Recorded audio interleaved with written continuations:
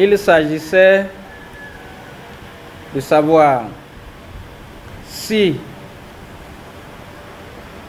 on modifie le code électoral pour que le parrainage soit donné par les députés et les maires actuels,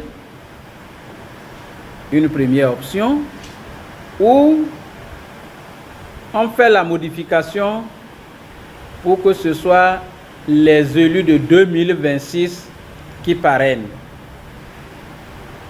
Il a enchaîné en disant que, de son point de vue, ce sont les élus de 2026 qui ont la légitimité de parrainer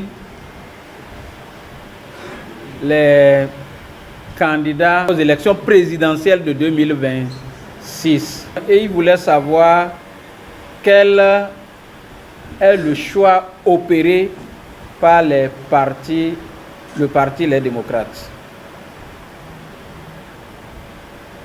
Et que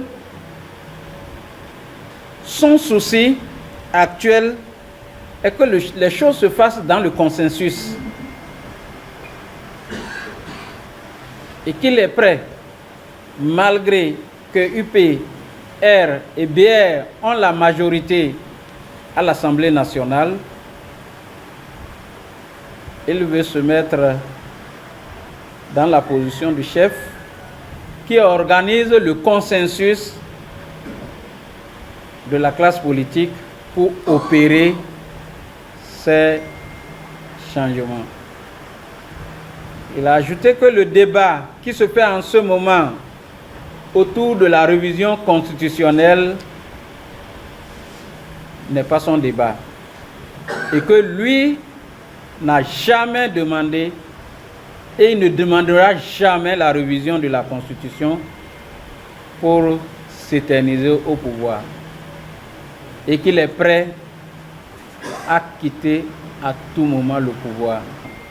Et qu'aujourd'hui, son credo est de rassembler la classe politique, d'amener la paix compromise dans le pays, de laisser le pays dans l'état de paix comme il a trouvé en 2016. Et quand le président de la République nous a donné la parole, nous avons marqué notre accord avec lui en ce qui concerne le consensus national. Et que, comme nous n'avons pas au départ l'ordre du jour de façon officielle et claire, le parti n'a pas pu se réunir pour prendre une décision. Par conséquent, le parti, nous en tant que députés, on n'est pas en mesure de donner une position par rapport aux deux propositions que le président a évoquées. Donc, nous avons pris l'engagement qu'une fois que le parti